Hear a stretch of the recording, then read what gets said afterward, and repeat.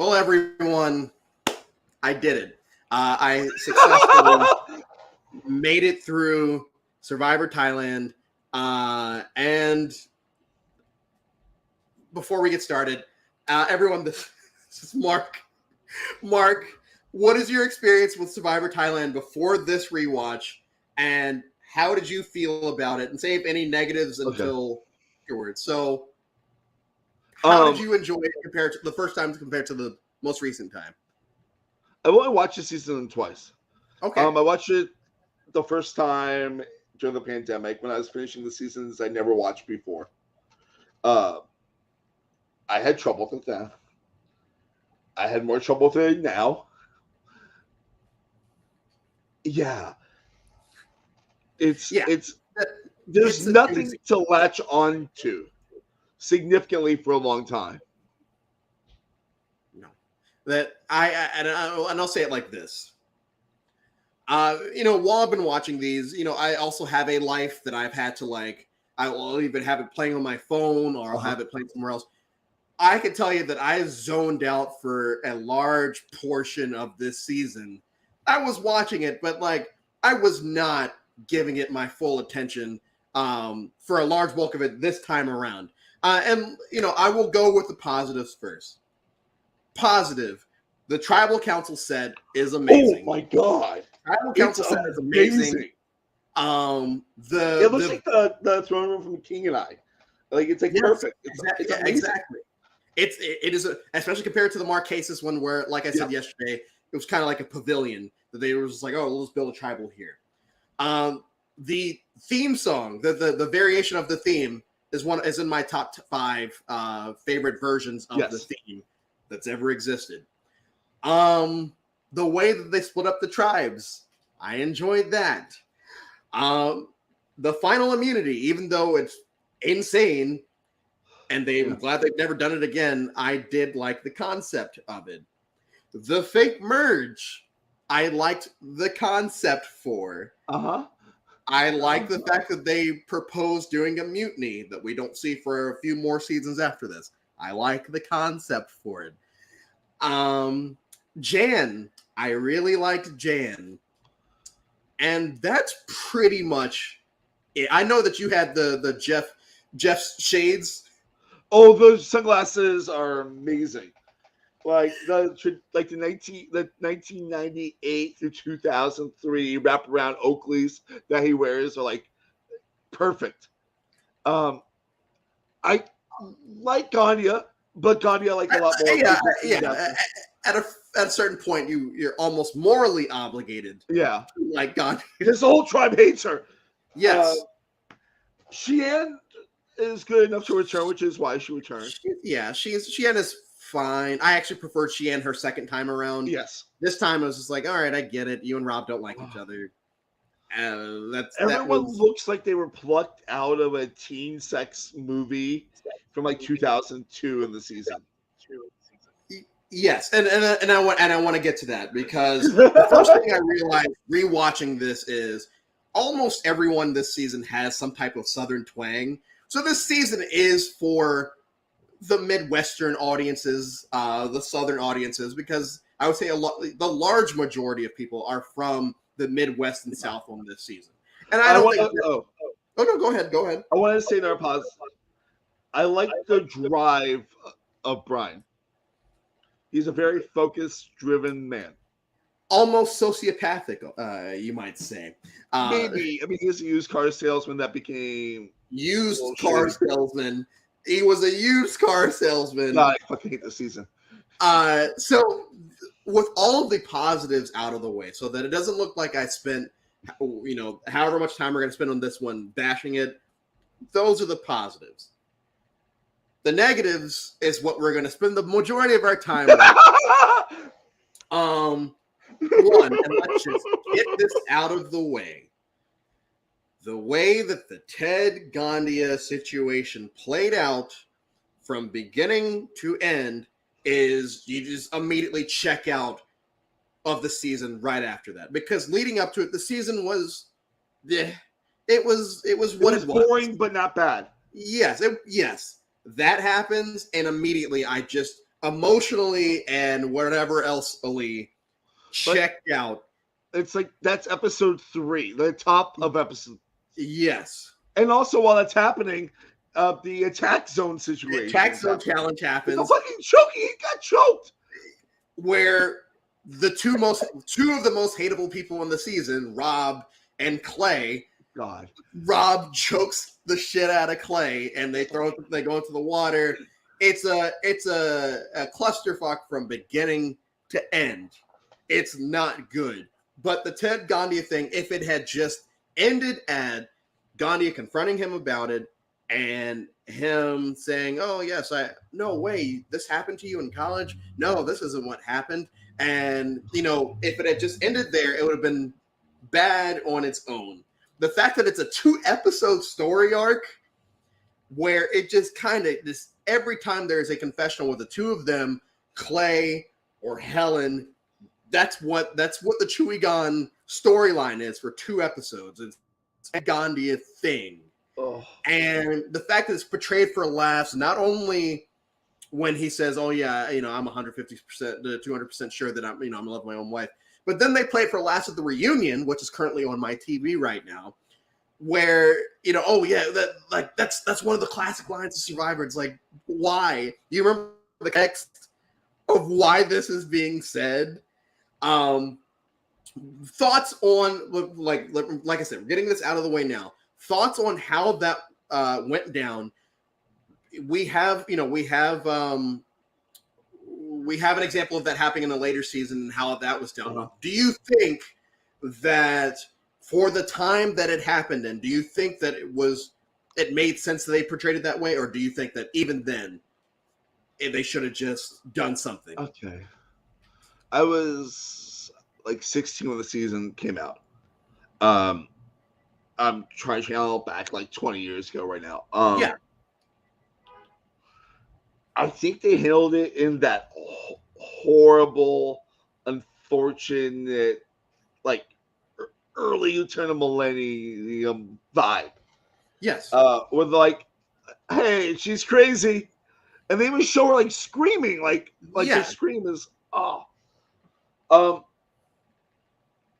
and it's portrayed for laughs because you immediately cut to the Clay confessional, which we will touch on Clay. I hate Clay. I fucking can't stand Clay. I want to punch Clay. I don't like Clay. I don't like Clay either. It's sad because he probably has the best confessionals of the season. Mm-hmm. And that's just once again, this is a testament to how horrible the season is. It's the fact that Clay Jordan, Rip, or whatever the kids say now, has the best confessionals of the entire season. He recently passed.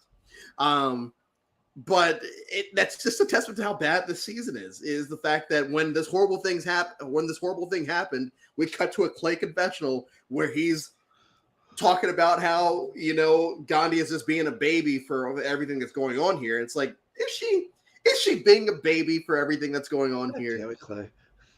Damn. Sorry, I don't know why I curse. No. You're fine. I mean, if you don't swear watching Thailand, then there is an issue with you. Yeah, I don't know how you did this in a day. I don't know. Like, I literally got through the first 4 episodes, and then had drink, cry, nap, cry, drink, nap, go to work, then go home and then continue. But it's just painful. It's just painful. And if we just kind of even just take this, and that was my goal watching this season, try to potentially separate that incident and see if this season, if I could give the season some merit, knowing that this is going to happen, this is going to plague, a couple episodes. Is it better besides that? And the answer is no. It's a boring season. Huh? It's a boring season. The cast is almost entirely unlikable. Horrible and hateable. The best cast members are actually okay. Suchai. Suchai has, I would say, besides Rob and Jed, who's there for a cup of coffee, and what's the other person in their 3-person alliance that got voted out Oh, pre-merge? the dental guy. No. Jed is the dental guy. The Oh, right, woman no, that got upset. That I already forgot. And I'm really good with these names, and I forgot her name. I know what she looks like. Yes. So you separate those 3. I actually like the 5 members of Sukjai that should have made the merge, that didn't make the merge. And I like the twist of this isn't a merge. The problem is they dragged it out for more than one episode. So Xian gets caught with her pants down. She goes home. Cool. Merge at 9. Instead, we get a whole nother episode where these tribal lines still exist, and we're not getting any Chewy content, which is fine with me. The only problem is all the Sukjai content is them bonding, before the challenge, after the challenge. There's nothing, like, there's no strategy. It's just like, it just really sucks that we have to vote one of us out. I hate this. And you feel bad for them because you're rooting for a Sukjai person to win at this point because you don't want anyone on Chewy except for maybe Jan or Helen to win at this point. Mm-hmm. And it's just and then it's pagonging after, after the last, or after Aaron goes, it's pagonging the next 3 episodes. Yeah. And then at 5, unlike in Marquesas, where the 5, it's like the best episode, probably the best episode where we try to figure out where Kathy's going to go. And this situation, it's just, oh yeah, we're going to vote out Ted. For what reason? Well, according to Ken, it's implied that Brian wanted Ted out for a reason. But it just continues to just, all these bad things happen, or all these boring things happen that just really have you check out of everything going on. Yeah. It's another issue that I have is that every vote except for the Jed vote and the Ken vote is like a 5-1 or something like that. Like, it's always like something, the number and then 1. Yes. Every vote is as boring as possible. Well, no, I think the John vote, the first vote, there are a couple votes spread out around there. But yes, for the most part, it's just majority it's a 6-1-1. Yeah, the majority rules all the way down to the merge where it becomes 5-3. It just keeps going 5-2 and then 5-1. So the voting aspect, the strategy aspect of the game, not good. Ted Gandia, not good. The fake merge dragging on more than one episode, not good. The flag challenge, not good, mainly because if you have any type of, and I didn't, first time I watched it, if you have any type of concept of how the challenge works, you understand that there are certain numbers at the, like from 21, if you get it down to a certain number, you basically auto win.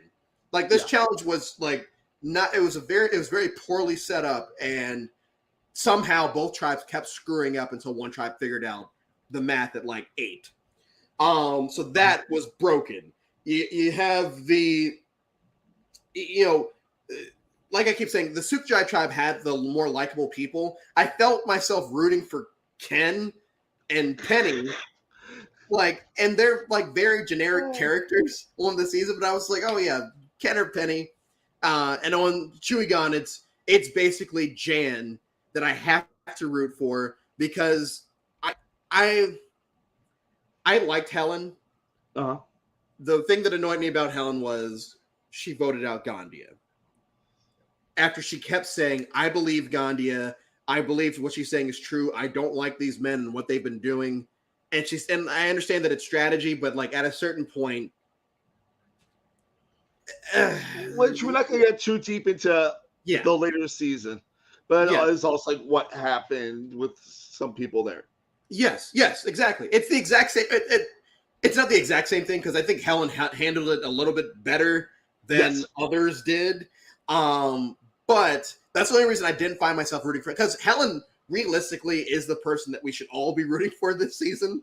At a certain point, but instead, and what completely messes me up is Ted is the type of person that I would root for in any other season because of things. The issue is everything that happens beforehand, and like he gets really butthurt when he gets 3 votes the round that I think either Penny or Jake goes home, and or no, Penny or Ken, It's Ken Ken. goes home. It's Ken. And it's like, dude, you do realize that those votes do not matter at all because you guys are going to the final 5. So like you sitting here butthurt on the beach that 3 people voted against you, and then they're telling you, hey, Clay or Brian told us to vote for you. And that moment, you should probably catch on to the fact that these 2 don't want you here. And Ken at Final Tribal saying, hey, Brian, what was the reasoning that you told me that you didn't want Ted sitting at the end? Everyone, a light bulb goes off in my head hearing that because I kind of caught on to what was being implied there. Ted sucks. Brian is a sociopath. I think that, but and I want to get to this. I want to get your opinion on Brian's game. Remove the fact that he's the Iceman and all that. How do you think that Brian played overall? You need to convince people to believe that you're on their side, whether they're not or not.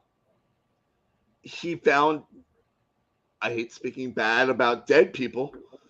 He found an idiot who is very pro-man. Jan was smitten with him for some reason. I don't think Brian wins other seasons. I don't think he he's can play the likable same game in other enough. seasons. What? I don't think he can play the same game in other seasons. I do feel like because of his personality, I feel like a lot of people were drawn to him, but I don't think that he could go into another season and play the same way he did of like, oh yeah, I'm just gonna have everyone, because in any other season that doesn't work. He just so happened to luck into having everyone be in love with him and not have to really do anything. It was the hair. It was the hair, which stayed very nice all the way through day 39. That is another positive. Brian Hyde. Oh God, they're playing it. They're playing the Ted thing, and they're laughing. They're laughing. A lot of people like to discredit Brian's game because of things that have happened after the show, or because the season is horrible. I honestly think that Brian, besides Richard Hatch in season 1, probably played the most dominant game beginning to end for the first 10 seasons. I might throw Tom Westman in there, but like beginning to end, it's Richard and Brian for me, because Brian had full control from the first days of Chewy until the end. Everyone thought they were going to the end with Brian. No one, and Jeff brings it up, it's like, how does everyone know that Brian's a player and still everyone wanted to go to the end with him? I think that is a testament to, if we're just talking inside the game, Brian played the most dominant game in the first 10 seasons besides Richard Hatch. I think I'd have Tom higher than Richard. You'd have Tom? Okay. I think Tom has a more likable version of what Brian does. Okay. And I think that they both are, I agree. They both are very much in control, because like Richard has the weakness in the beginning, you know. I hate Brian, but I admit he's a good player. Yes, I think that Brian is a great player. That's the oh my gosh, now they're showing them cuddled up. I hate this season so much. I hate they're rationalizing, oh, do you think that maybe, and it's, oh God, why are we interviewing these people? I'm sorry. I should probably watch the reunions before we go live, but like I'm trying to do a speed run here. You have to get through this. Like, you're almost there. You can taste Amazon. And then they're on Amazon. Taste that peanut butter and chocolate. Get the girl some chocolate and peanut butter probes. Who were you rooting for in this? Like, I know that all the cats hate him, but who did you find yourself actually rooting for this time around? I challenged myself this time. Yeah. Because like I have my like 2 points, Gandia and Shia. I decided to cheer for Aaron.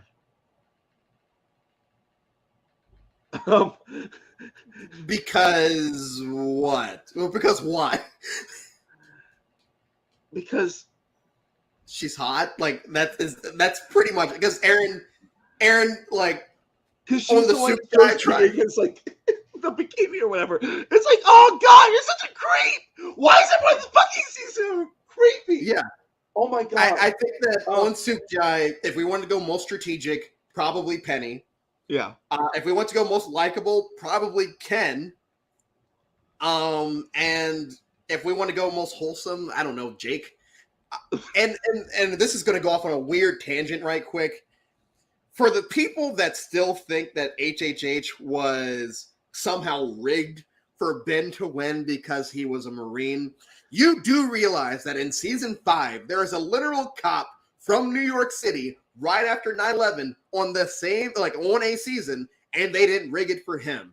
So this is not a HHH episode, but the I have fact strong positive feelings about that season. I have more. Yeah, that's yeah. It's a great the fact season. that people Fuck think you, that it was rigged for Ben and not rigged for Ken right after 9/11. Those people are nuts. And the Ken was one of the only people that liked Sheehan on the Soup Giant tribe. He wanted to give her the benefit of the doubt when the fake merge happened, and when he realized that he was being basically he was being backstabbed in a manner of speaking by Sheehan. He did the right. I do think they made the right decision in getting rid of her because I do think she would have flipped. But just overall, just this season is it's so bad, and I really wanted to give it a chance this time around, and it just you can't. I will spoilers, or I'll just get right into my rating. It doesn't get a 0 out of 5.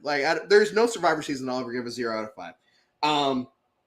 What I will say is I'll probably give it like a 1.5 because I do, like I said, I do enjoy the concepts around a lot of things. I do enjoy the concept of the fake merge for one episode.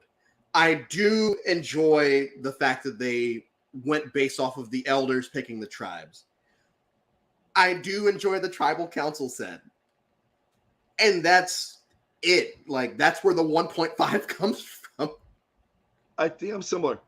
Honestly, like the production design of the season is good. Like the game design, like Tower of Hanoi looking game, Tower of Hanoi game looks awesome. Yes. The buffs are nice. The buffs are nice. The buffs are nice. The tribal names are memorable. I will give laurels. Brian, as much I would never be able to play with him. I would never be able to play with him. I'd be like the first gun. I know that. You play very well. Yes. That's it. I understand people that think he's like a top tier winner. I don't think he's a top tier winner. I'd say my top tier winners for ones that have a social game. I don't see a social game. He had zero social game. Him not having a social game almost screwed him. He almost lost to Clay because he didn't have a social game. Because he didn't get to know the Soup Jai people. He almost shot himself in the foot because he couldn't tell Penny anything about her life. And Clay, to his credit, was able to tell her everything about her life. Oh, God, I hate this season. Yeah, but fear not, folks, because next up, we do have Survivor Amazon, which is one of my favorite early seasons. It has, one of the most memorable characters that's ever been on the show. It has Lil, right? Memorable moment, huh? Lil's on Pearl Islands. Oh, duh. Sorry, I've been like, no, I was going for a joke and I fucked it up. No, it's all right. If you had said Dave, or was his name Dave? I think his name was Dave. Dave's a common name of Survivor, sure. But we have Survivor Amazon coming up. I should be done. If I start right now, the reunion is literally finishing right now. Amazon, I should be done by tomorrow morning. And then from there, I'm thinking about live streaming. I know I keep saying this. I'm thinking about live streaming either Pearl Islands, All Stars, maybe Vanuatu, because that's not really looked. Oh, now Clay's being choked by Rob, or Palau. So stay tuned for that. Mark, any final thoughts on this season before we are done forever and I never have to watch Thailand again? I'm happy I gave it a rewatch, honestly. Because I really hated it the first time. I hated it more the second time. I'm happy I talked about it with someone. You got this. I'm proud of you. I can't wait to talk to you about a season I love. Yes. In like 3 weeks. Yeah. If everything goes right, it'll be about 3 weeks. Yeah. All right. Well, then, thank you all for continuing to That's support. what I can easily rewatch in a day. Thank you all for continuing to support. Thank you all for continuing to reach out to hop on these seasons. I still have like 3 seasons I don't have anyone for, but you can hop on for it, whatever you want. But thank you all. Thank you, Mark. And we'll see you after Cyber Amazon. Thank goodness.